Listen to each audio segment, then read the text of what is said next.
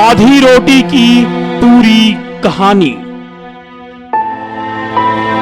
Operation रोटी देखिए TV Bharat पर शाम 6 बजे। East or west, whom is the best? Some take rest, don't call any guest. Enjoy your home fest, don't have out getting just. This is your life-saving test, so be in your nest. This is the entire world request. Stay home, stay safe.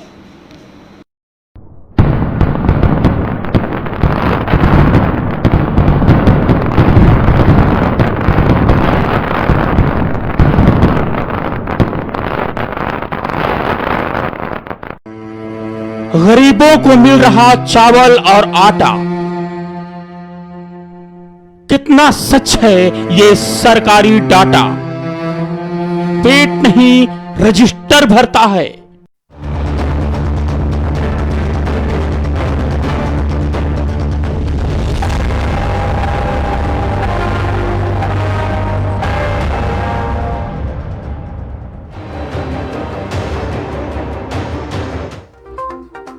Delhi पहुंचे CM Nitish Kumar ने पत्रकारों से की बात। लोजपा में हो रही कलह पर खुद को बताया निर्दोष।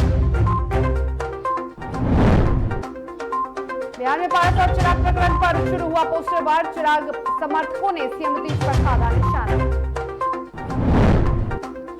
11 साल से पुलिस विभाग में संविदा पर कार्य कर रहे चालकों ने सरकार से लगाई गुहार। कहा नौकरी बचा लो सरकार। साल 2017 के दुष्कर्म मामले में आरोपी डीएसपी की पत्नी ने कोर्ट में दिया बयान। कहा दोषी पर हो कार्रवाई, पीड़िता को न्याय की उम्मीद। झारखंड कैबिनेट की बैठक आज। ब्लैक फंगस को महामारी घोषित करने पर लगेगी मुहर। 24 प्रस्तावों पर भी हो सकती है चर्चा।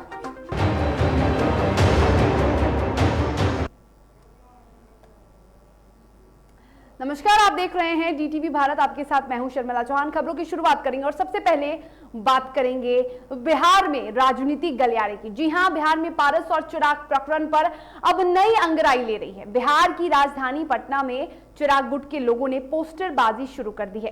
पटना के गांधी मैदान के इलाके में चिराग पासवान के समर्थन में 2 पोस्टर रिलीज किया गया है। पोस्टर में बिहारी फिल्म को दर्शाया गया है।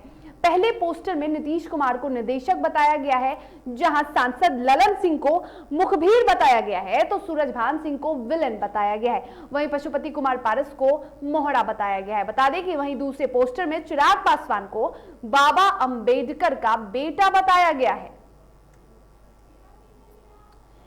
तो बिहार में एक बार फिर से पोस्टरबाजी शुरू हो चुकी है और ये पोस्टरबाजी हुई है चिराग गुट के लोगों की तरफ से। जी हां, चिराग पासवान की गुट के यानी चिराग पासवान के समर्थकों की तरफ से 2 पोस्टर जारी किया गया है। पहले पोस्टर में पूरे फिल्म को दर्शाया गया है और एक बिहारी फिल्म को दर्शाया गया है, जिसमें निदेशक सीएम नीतीश कुमार को बताया गया है, मुखबिर सांसद संजय झा को बताया गया है, तो माफ कीजिएगा सांसद ललन सिंह को बताया गया है। तो वहीं पशुपति पारस को मोहरा बताया गया है और चिराग पासवान को उस फिल्म का हीरो बताया गया है। वहीं दूसरे पोस्टर में चिराग पासवान को बाबा अंबेडकर का बेटा बताया गया है। 2 पोस्टर जारी किया गया है चिराग गुट की ओर से और दोनों पोस्टर गांधी मैदान इलाके के पास लगाए गए हैं।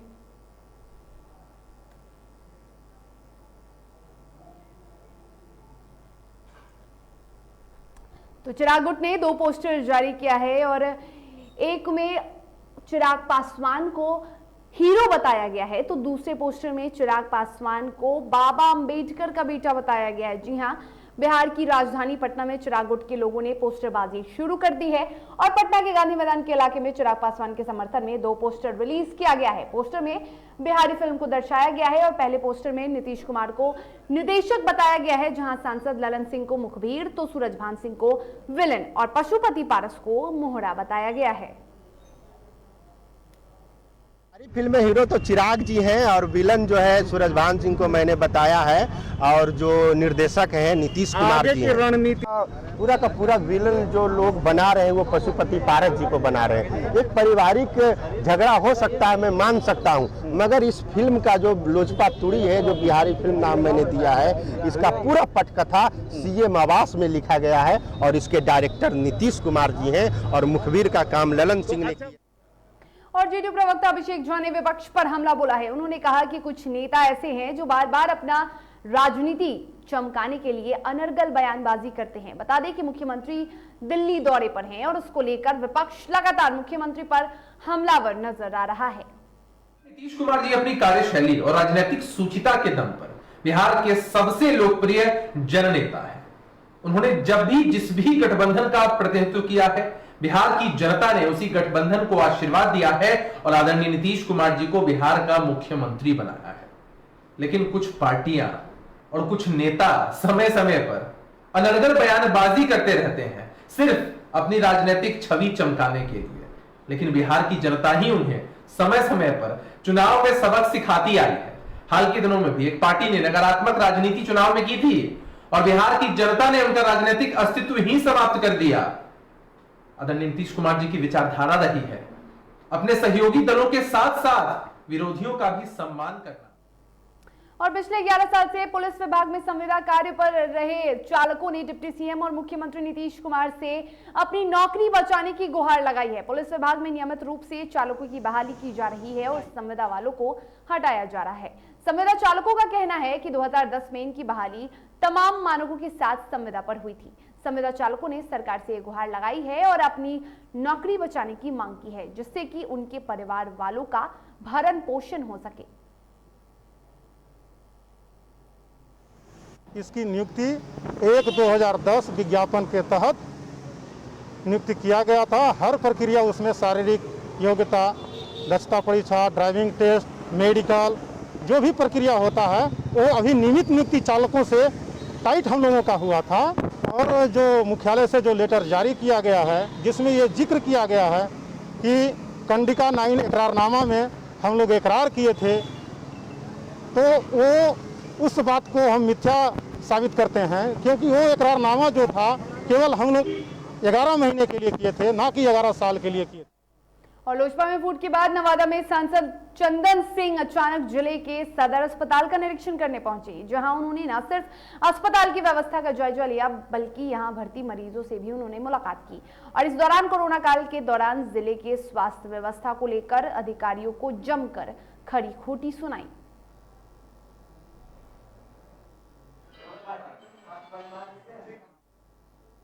सुपौल जिले के ललितग्राम ओपी थाना क्षेत्र में NH57 पर एक दर्दनाक सड़क हादसा हुआ, जिसमें एक सब्जी से लदी पिकअप दुर्घटनाग्रस्त होकर पलट गई और इस दुर्घटना में पिकअप के चालक की मौत मौके पर ही हो गई। प्रत्यक्षदर्शियों के मुताबिक सड़क पर गड्ढा होने की वजह से यह हादसा हुआ। बता दें, हादसे में पिकअप चालक की मौके पर ही मौत हो गई।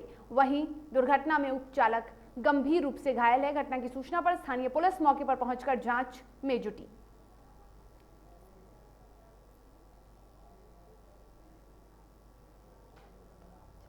गड्ढा खून दिया है, यहाँ रोड पर हर जगह गड्ढा खून कर छोड़ दिया। उसमें डेली इस पर खून होता है, आदमी मरता है गड्ढा पर। मैंने चाहिए किया है गड्ढा, उस पर कौन करेगा गड्ढा? रोड को तोड़ दिया है, हर जगह गड्ढा खून दिया। बना नहीं रहा है क्या? नहीं।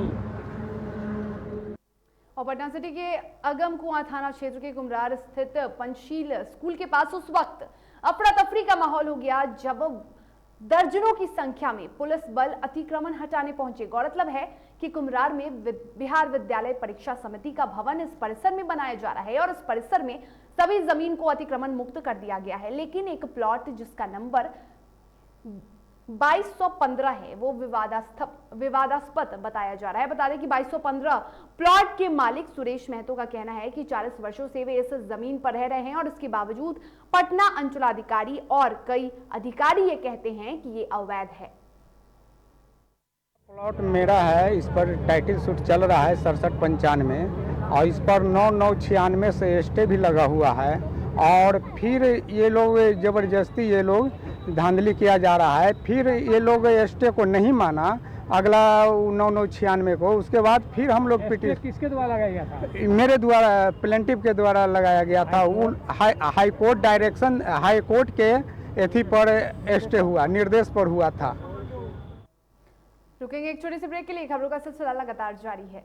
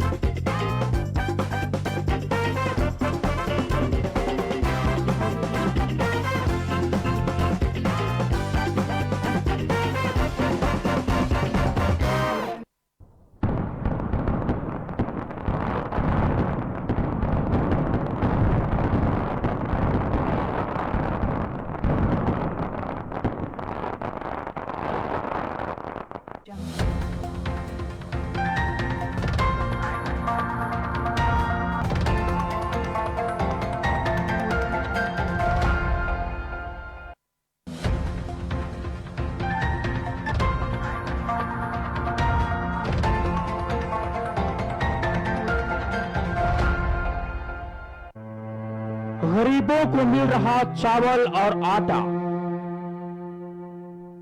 कितना सच है ये सरकारी डाटा। पेट नहीं रजिस्टर भरता है, थाली पर डकैती भला कौन करता है।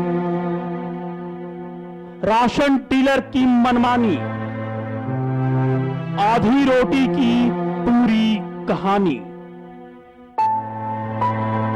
ऑपरेशन रोटी देखिए टीवी भारत पर शाम 6 बजे।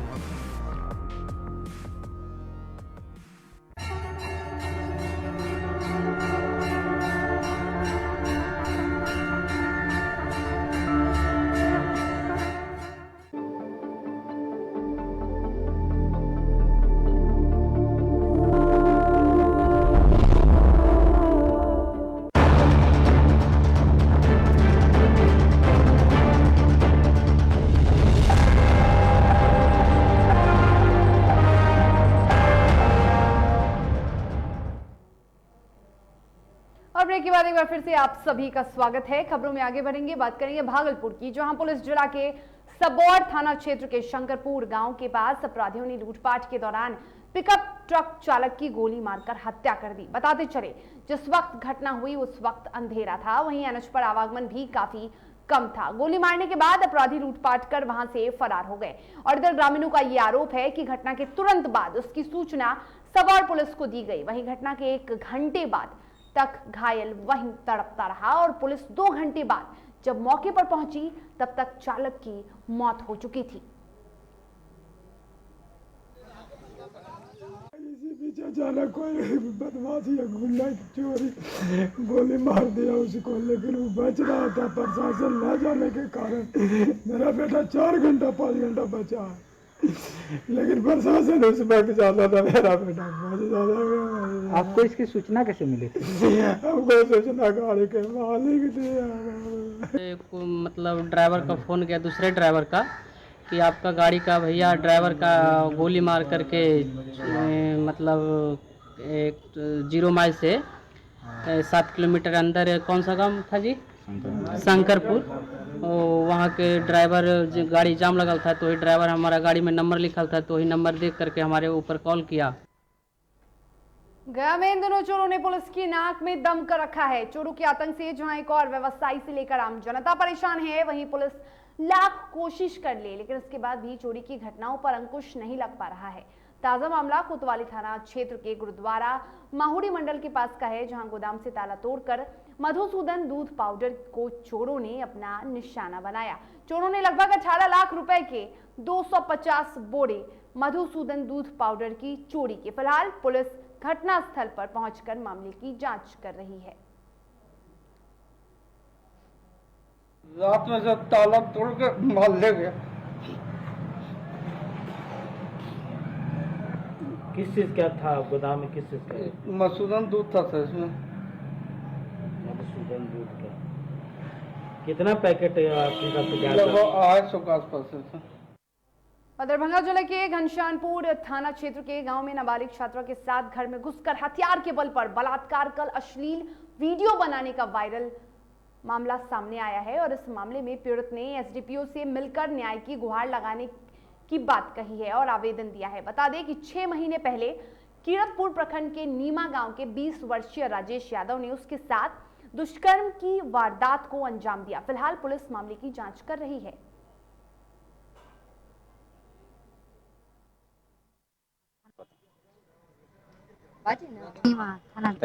नाम आरती कुमार, पिता का नाम प्रमोद यादव, थाना घनश्यामपुर, जिला दरभंगा। और गया जिले में साल 2017 में हुए नाबालिग दलित बच्ची के साथ दुष्कर्म मामले में उस वक्त नया मोड़ आया जब मामले में आरोपी वर्तमान में मुख्यालय में तैनात डीएसपी कमलाकांत की पत्नी ने अपना 164वां बयान दर्ज कराने कोर्ट पहुंची और इस दौरान आरोपी डीएसपी कमलकांत की पत्नी ने कहा कि एक नाबालिग बच्ची को घर पर काम करने के लिए लाया गया था, लेकिन उस बच्ची के साथ डीएसपी कमलकांत ने बलात्कार किया और इसकी जानकारी पीड़ित नाबालिग दलित बच्ची ने अपने भाई को दी थी, लेकिन इस पर कोई कार्रवाई नहीं की गई क्योंकि पुलिस में तैनाती होने के कारण किसी का नहीं चला उनके सामने। वहीं अब तक इस मामले में आरोपी की पत्नी के आगे आने के बाद पीड़िता को न्याय की उम्मीद बढ़ गई है। जो बच्ची जो डीएसपी साहब भेजे पटना ये यहाँ काम करने के लिए, लेकिन वो बच्ची बताई कि हमारे साथ ऐसा मैम घटना हुई है, तो ये तुरंत जो है कंप्लेन भी की मैडम, लेकिन इस पर कोई सुनवाई नहीं हुआ। और बेगूसराय के बछवाड़ा प्रखंड से अंचल कार्यालय में उस वक्त अफरा तफरी मच गई जब दाखिल खारिज करने के नाम पर ली गई राशि वापसी को लेकर राजस्व कर्मचारी और भूस्वामी में जमकर कहासुनी हुई। क्या होगा?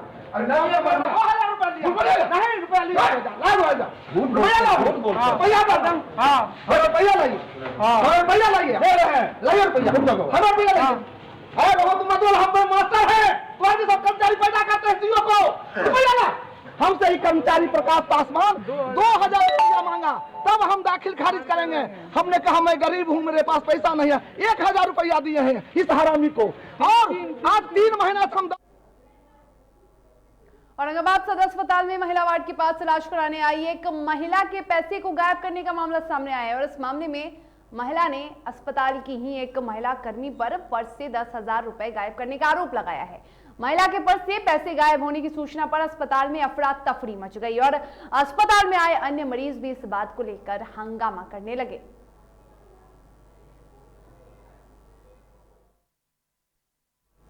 बेगूसराय में 12 जून को दिन दहाड़े सीएसपी संचालक को गोली मारकर घायल कर 3,05,000 रुपए के लूटकांड का पुलिस ने खुलासा कर दिया है। पुलिस ने इस मामले में एक आरोपी को लूट में प्रयोग किए गए बाइक और 2 मोबाइल के साथ गिरफ्तार किया है। वहीं हालांकि आपको बता दें कि लूटी गई रकम बरामद नहीं हो सकी है, वहीं अन्य बदमाशों की गिरफ्तारी के लिए छापेमारी जारी है।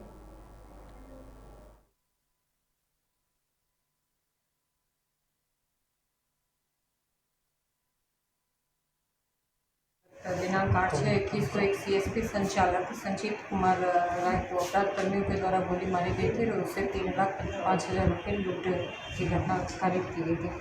इस संदर्भ में पुलिस अधीक्षक महोदय के निर्देशानुसार एसडीपीओ सदर के नेतृत्व में एक टीम का गठन किया था। उसी टीम के द्वारा वैज्ञानिक अनुसंधान करते हुए इस घटना का उद्भेदन कर लिया गया है, जिसमें से एक अपराध कर्मी जिसका जवाहर पासवान उर्फ मुकेंद्र नाम है, ये था बीरपुर का ही रहने वाला है। एक और कोरोना की तीसरी लहर का खौफ लोगों को सता रहा है तो दूसरी ओर लोग बेखौफ होकर अपनी जान जोखिम में डालकर नियमों की धज्जियां उड़ा रहे हैं। हद तो तब हो गई जब थाने के सामने पुलिस प्रशासन को ठेंगा दिखाते हुए लोग शादी समारोह में भारी भीड़ जुटाकर ठुमका लगाते नजर आए। और बड़ी बात यह है कि यह सब हुआ सूर्यगढ़ा थाने के सामने।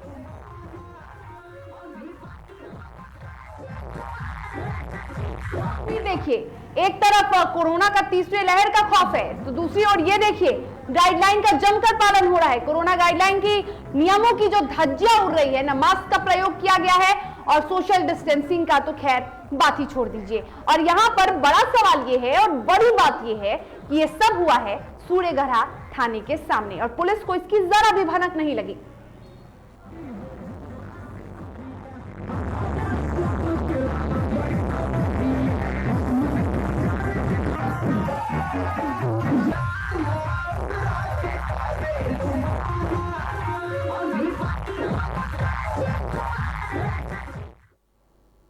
और बेगूसराय के बछवाड़ा प्रखंड क्षेत्र अंतर्गत नारीपुर झमटिया गंगा नदी का जलस्तर बढ़ गया है। स्थानीय लोगों ने बताया कि एक हफ्ते पहले गंगा नदी में कमर भर पानी था और लोग पैदल ही आर पार होते थे, लेकिन पिछले कुछ दिनों से लगातार हो रही मूसलाधार बारिश के बाद नदी के जलस्तर में उछाल आया है। ग्रामीणों ने कहा कि गंगा बाया नदी के बढ़ते जलस्तर को देखने से यह लग रहा है कि दियारा के 5 पंचायतों में संभावित बाढ़ का खतरा मंडराने लगा है। उन्होंने बताया कि गंगा बाया नदी के जलस्तर में वृद्धि होने पर पानी दियारा के निचले इलाकों में तेजी से फैलने लगा है।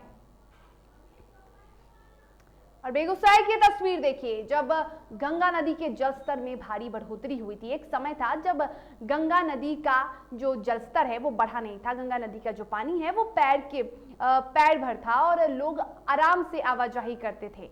और ये बेगूसराय के बछवाड़ा प्रखंड का मामला है, जहां झमटिया गंगा नदी का जलस्तर फिर से बढ़ गया है।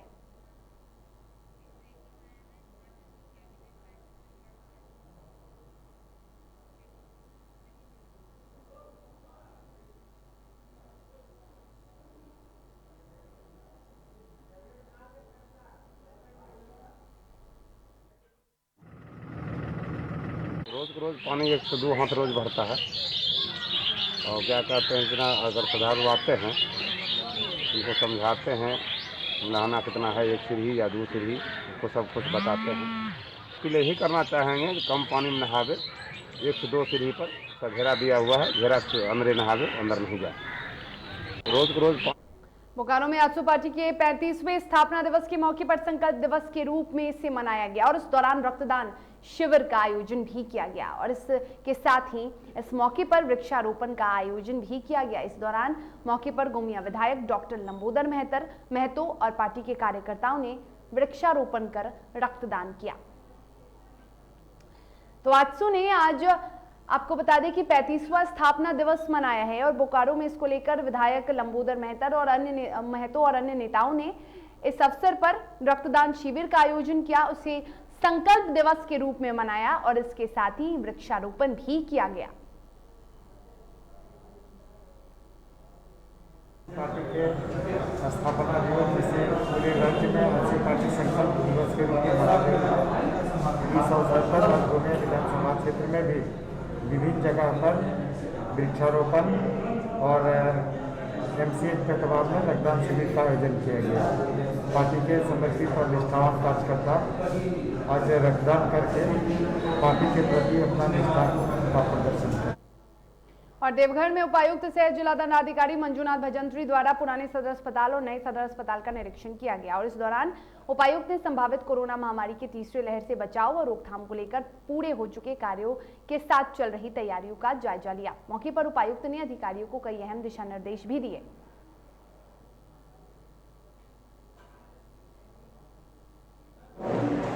जो तीसरी लहर के लिए हम लोग जो तैयारियां जो कर रहे हैं, जिसमें यहाँ हम लोग एडिशनल बेड्स, ऑक्सीजन पाइपलाइन का, फिर उस पर पेडियाट्रिक ICU और यहाँ पुराने सदर अस्पताल में भी हम लोगों ने निरीक्षण किया और यहाँ पे भी और काम चल रही है, अंतिम रूप दिया जा रहा है। जो तीसरी लहर के लिए हम लोग जो तैयारियां जो कर रहे हैं, जिसमें यहाँ हम लोग एडिशनल बेड्स, ऑक्सीजन पाइपलाइन का। और बड़ी खबर इस वक्त की आपको झारखंड कैबिनेट से बताते हैं। झारखंड कैबिनेट की बैठक खत्म हो गई और झारखंड कैबिनेट की बैठक में बड़ा फैसला लिया गया है। तो ब्लैक फंगस को झारखंड में भी महामारी घोषित कर दिया गया है। बता दें कि झारखंड कैबिनेट की बैठक में यह अहम फैसला लिया गया है। कैबिनेट की बैठक के बाद यह फैसला लिया गया है। तो मुख्यमंत्री हेमंत सोरेन की अध्यक्षता में यह अहम बैठक हुई। महामारी रोग अधिनियम 1897 के साथ ही बता दें कि इसे महामारी घोषित किया गया। महामारी रोग विनियम 2020 के तहत यह फैसला लिया गया है। झारखंड में ब्लैक फंगस को भी महामारी घोषित किया गया है। PM अन्न योजना के तहत अब लोगों को मुफ्त में राशन मिलेगा। तो मई और जून के महीने में का फ्री 5 किलो का खाद्यान्न भी लोगों को दिया जाएगा। मुफ्त में लोगों को राशन भी मिलेगा। बता दें 56.59 करोड़ रुपए की राशि को भी स्वीकृति दी गई झारखंड कैबिनेट की बैठक में। तो बड़ा फैसला लिया गया है। और इस पर अधिक जानकारी के लिए हमारे सहयोगी निर्भय किशोर जुड़े हुए हैं। निर्भय, झारखंड कैबिनेट की बैठक में कई अहम फैसले लिए गए हैं और सबसे अहम ये था कि झारखंड में भी ब्लैक फंगस को महामारी घोषित किया गया है। क्या कुछ और अन्य फैसले लिए गए?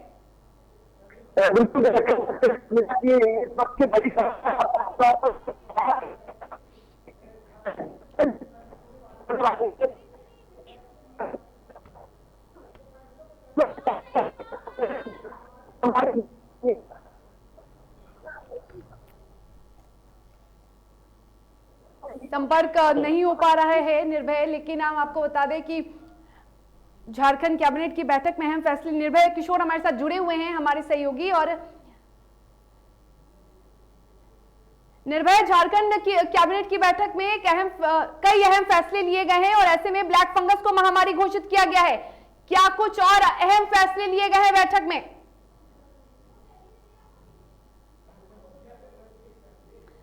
तो कैबिनेट की बैठक के बाद ये अहम फैसला लिया गया है। झारखंड के कैबिनेट की बैठक खत्म हो गई है और इस बैठक में कई एजेंडों पर मुहर लगे हैं, कई बड़े फैसले लिए गए हैं और इसी के साथ ब्लैक फंगस को भी झारखंड में महामारी घोषित कर दिया गया है। महामारी रोग विनियम 2020 के तहत ये फैसला लिया गया है। लोगों को मुफ्त में राशन भी दिया जाएगा। पीएम अन्न योजना के तहत फ्री राशन लोगों को दिया जाएगा।